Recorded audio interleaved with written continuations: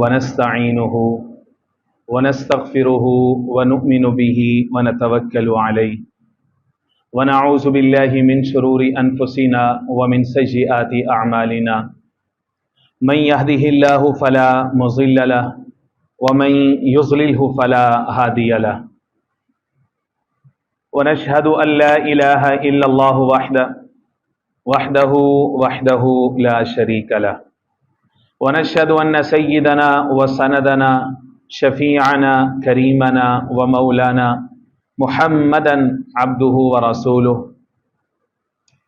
أما بعد فأعوذ بالله من الشيطان الرجيم بسم الله الرحمن الرحيم قال الله تبارك وتعالى وأنكحوا الأيام منكم والصالحين من عبادكم وإمائكم إن يكونوا فقراء يغنهم الله من فضله والله واسع عليم وقال الله تعالى ومن آياته أن خلق لكم من أنفسكم أزواجا لتسكنوا إليها وجعل بينكم مودة ورحمة إن في ذلك لآيات لقوم يتفكرون وعن عائشة رضي الله تعالى عنها قالت أن رسول الله صلى الله عليه وسلم قال إن أعظم النكاح بركة أيسرها مؤنة أو كما قال عليه الصلاة والسلام وقال النبي صلى الله عليه وسلم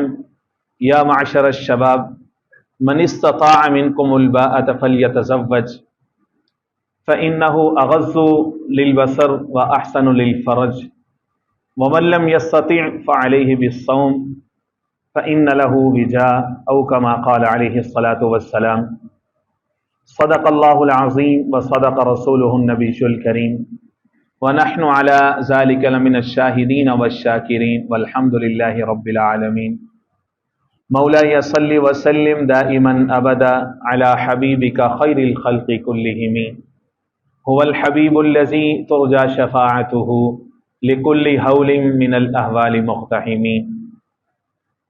میرے انتہائی واجب الاحترام قابل صد احترام بزرگوں، بھائیوں، نوجوان ساتھیوں، پردہ میں سماعت کرنے والی ماں اور بہنوں، سفر المظفر کا مہینہ چل رہا ہے اور اس مہینے کی مناسبت سے آقا کریم سید المرسلین، خاتم المرسلین، شفیع المذنبین، شاہ الاولاد حضور اکرم صلی اللہ علیہ وآلہ وسلم کی ہجرت پاک کا تذکرہ چلا آ رہا ہے۔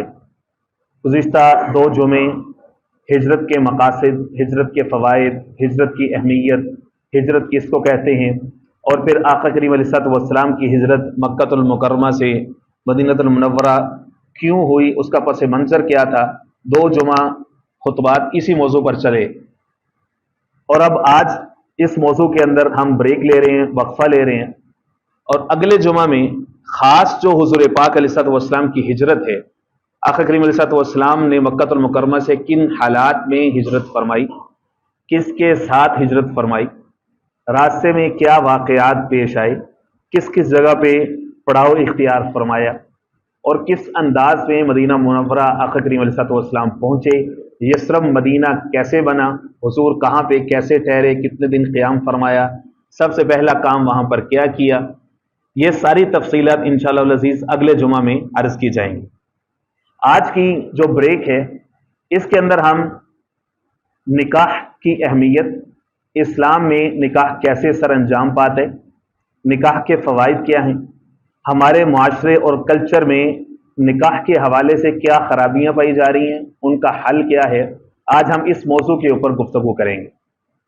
اور اس کی وجہ یہ ہے کہ ہمارے ایک بڑے عزیز دوست ہیں، شاگرد بھی رہے ایف سی کالج یونیورسٹی میں، اب تو خیر دوست ہیں، استادی شاگردی کا تعلق بھی ایک حد تک ہوتا ہے، تو ان کی خواہش تھی کہ آپ میرا نکاح پڑھائیں، تو میں نے ان سے درخواست کی کہ یار میری ترتیب یہ ہے، میں ترجیح یہ دیتا ہوں کہ میں مسجد میں نکاح پڑھاؤں، شادی ہالز میں آنا جانا میری طبیعت کے خلاف ہے، دوستوں کی ہوگی اپنی ترجیحات، میں مخالفت نہیں کر سکتا، لیکن مجھے پسند نہیں ہے شادی ہالز میں جانا، کم خرچ بالا نشیں، ہماری شادیوں کا اگر آغاز مسجد سے ہوگا تو وہ چلیں گی بھی، اگلی نسلوں پر بھی ان کے اثرات ہوں گے۔ تو ان کی بھی خواہش یہی تھی کہ ہمارا نکاح مسجد کے اندر سر انجام پائے. تو الحمدللہ آج خطبہ جمعہ کے بعد نماز کے بعد متصل انشاءاللہ العزیز مختصر سی تقریب ہوگی، خطبہ نکاح ہے، اور پھر اس کے بعد ایجاب و قبول ہے اور پھر دعا ہے. آپ حضرات سے میں توقع یہی رکھتا ہوں کہ آپ یقیناً دونوں فیملیز کو خیر و برکت کی دعا کی نیت سے، اس غرض سے کوئی 5-10 منٹ نماز کے بعد ضرور تشریف رکھیں گے. آخر میں انشاءاللہ العزیز اجتماعی دعا بھی ہوگی، اور امید ہے کہ انشاءاللہ العزیز وہ اس کو کیا کہتے ہیں بد، اس سے آپ کی تواضع بھی کی جائے گی انشاءاللہ. بہت برکت ہوتی ہے. نوجوانوں کو تو ضرور کھانی چاہیے جو بھی ایجم بے نکاح ہیں، تاکہ ان کے نکاح میں سہولت ہو. سنا ہے کہ یہ نیک شگون ہے. اللہ رب العزت سب کے گھروں میں برکتیں اور رحمتیں نازل فرمائے. تو اس لیے پھر میں نے سوچا کہ آج چونکہ نکاح کی ایک تقریب ہے تو اس لیے ہم گفتگو کا موضوع ہی آج یہی رکھتے ہیں. آپ حضرات کے توجہات مجھے چاہیے. سب سے پہلے میں آپ سے یہ عرض کرنا چاہتا ہوں کہ نکاح کو موضوع بنانے کی ضرورت کیوں ہے، اس کے اوپر بات کرنے کی ضرورت کیوں ہے. یہ کوئی سادہ بات نہیں ہے. ہمارے معاشرے میں جتنا فساد ہے نا، انگزائٹی ہے، بے چینی ہے، جو نوجوان نسل ہے نا، یوتھ کے اندر خاص طور پر ریسٹلیسنس ہے، چڑچڑاپن ہے، ان کی طبیعت کے اندر نا فساد ہے، جس کا نتیجہ آپ دیکھتے ہیں کہ کیا ہوتا ہے. معاشرے میں بگاڑ ہے بہت زیادہ. بے برکتی اور نحوست جیسے الفاظ مسلمان یہ عام طور پر ادا کرتے ہیں. اس کی کئی ساری وجوہات ہوں گی، لیکن ان میں سے ایک وجہ یہ ہے کہ معاشرے کے اندر ایسے نوجوان بچوں بچیوں کی کثرت ہے جو کہ بے نکاحیں ہیں. کئی ساری عورتیں بے نکاحی ہیں، شادی کی عمر کو پہنچ چکی ہیں، زیادہ ہو چکی ہیں. ایک اندازے کے مطابق یہ ہے کہ 40% گھرانوں میں بچیاں 30-35 سال شادی کی عمر سے اوپر جا رہی. ابھی یہ وہ ہیں جن کی سرے سے شادی ہوئی نہیں ہے. ابھی وہ والے فیگرز الگ ہیں کہ جن کی شادی ہو چکی ہے، ڈائیورس ہو گئی ہے، یا خامند فوت ہو گیا، یا شہید ہو گیا، یا کوئی اور وجہ بنی. سپریشن کے بعد والا جو ڈیٹا ہے وہ الگ ہے. لوگ ان کو ویسے ہی ایسا گھرانہ سمجھتے ہیں کہ اس طرف نکاح کرنا لوگ جاتے ہی اپنے لیے کوئی عیب سمجھتے ہیں. دوسری شادی کسی عورت کی، وہ اس کو لوگ معیوب سمجھتے. ہمارا کلچر اس طرح کر کے، اللہ کی ذات اصلاح کرنے والی. تو ہمارے معاشرے میں جتنا فساد ہے نا، اس کی وجہ کیا ہے کہ بے نکاحی نسل بہت زیادہ ہے. جس کا امپیکٹ کیا ہو رہا ہے؟ اس کا امپیکٹ یہ ہو رہا ہے کہ معاشرے کے اندر جو فحاشی، زنا، بدکاری کی طرف راغب کرنے والی جتنی چیزیں ہیں نا، وہ پھیلی ہوئی ہیں. کوئی گھر اس سے خالی نہیں. کسی پیر فقیر کا، مولوی کا، عوام و خواص کا، کسی کا گھر بھی ایسی چیزوں سے خالی نہیں ہے جو زنا، گناہ اور بدکاری کی طرف چیزیں نہ لے کر کے جاتی ہیں. تو کھل کھلا کے کہہ رہا ہوں، کسی کو کوئی مارجن دینے کی ضرورت نہیں ہے. جب یہ موبائل ہے نا پاس، تو اس میں دنیا جہاں کی ہر چیز کا سامان اس کے اندر موجود ہے. اب وہ جو پرانے والے الفاظ ہیں نا، جو زنا والے، بدکاری والے، وہ چیزیں اب ان ضرورت نہیں ہے. ہر گھر کے اندر سینمے کی ایک شکل موجود ہے. ہر گھر کے اندر پوری ذمہ داری سے عرض کر تقریباً الا قلیل. اللہ ہمارے گھروں کو، ہماری نسلوں کو محفوظ فرما دے. ذرائع بہت زیادہ ہیں. جب ذرائع بہت زیادہ ہے نا یار، انسان ہے نا، پتھر تو نہیں ہے، نوجوان ہے. مطلب یہ کتنا ارریشنل ہے، کتنا غیر عقلی ہوگا یہ بات کہ وہ توا ہوتا ہے نا، توا جس کے اوپر روٹیاں پکاتے ہیں، نیچے آگ ہے، اوپر آپ ڈالیں اس کے مکھن اور گھی. آپ کے تجھے پگھلنا نہیں ہے، پگھلانا تو یہ بہت انلیگل ہے، یہ بہت غیر شرعی ہے، یہ تیرا جرم ہوگا. بندہ کہے گا یار کیسی غیر عقلی تم بات کر رہے. نیچے آگ ہے تو وہ کیوں نہیں پگھلے گا بھائی؟ تو یہ مثال سے میں آپ کے سامنے ایک دکھڑا رکھنا چاہتا ہوں. دیکھیں، 3 چیزیں ہر جاندار کی فنڈامنٹل ریکوائرمنٹس ہیں. 3 چیزیں آپ اسے بھاگ نہیں سکتے: کھانا، پینا، جمع. Eating, drinking, sex. یہ بنیادی چیزیں. دین اسلام نے تینوں کو ڈسپلن دی ہے. کھانا کیسے، کب، کیا، حلال حرام. پینا کب، کیسے، کیا، اس کا حلال حرام، اس کو بھی ڈسپلن میں لائے، اس کو بھی ڈسپلن میں لائے. سیکس، جمع، جو کہ فنڈامنٹل نیڈ ہے، اس کو بھی شریعت نے ایک ڈسپلن دی ہے. نکاح بھائی، اس کے ذریعے سے تم اپنی یہ ضرورت بھی کیا کر سکتے ہو، پوری کر سکتے ہو. دین اسلام نے اس کا ایک وے آؤٹ دی ہے. ہم نے کیا کیا ہوا ہے؟